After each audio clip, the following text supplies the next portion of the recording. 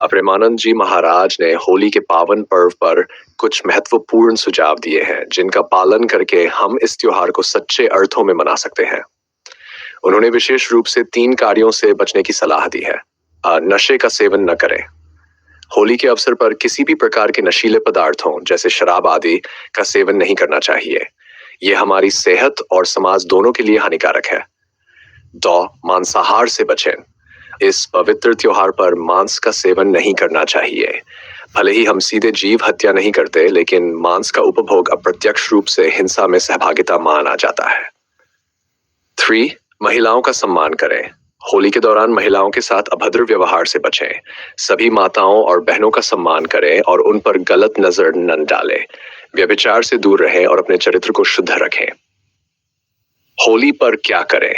पवित्र आचरण और व्यवहार रखें। होली के दौरान हमारा आचरण और व्यवहार पवित्र होना चाहिए। आनंद पूर्वक भाईचारे के साथ इस पर्व को मनाएं और एक दूसरे का सम्मान करें। दुश्मनी को भुलाएं। जो हमें दुश्मन मानते हैं उनके घर जाकर रंग गुलाल लगाएं और उनका सम्मान करें ताकि समाज में प्रेम और सद्भावना बनी रहे। इन सुझावों का पालन करके हम होली के त्योहार को सच्चे अर्थों में मना सकते हैं और समाज में प्रेम, सद्भावना और शांति का संदेश फैला सकते हैं। अधिक जानकारी के लिए आप प्रेमानंद जी महाराज के इस संदेश को देख सकते हैं।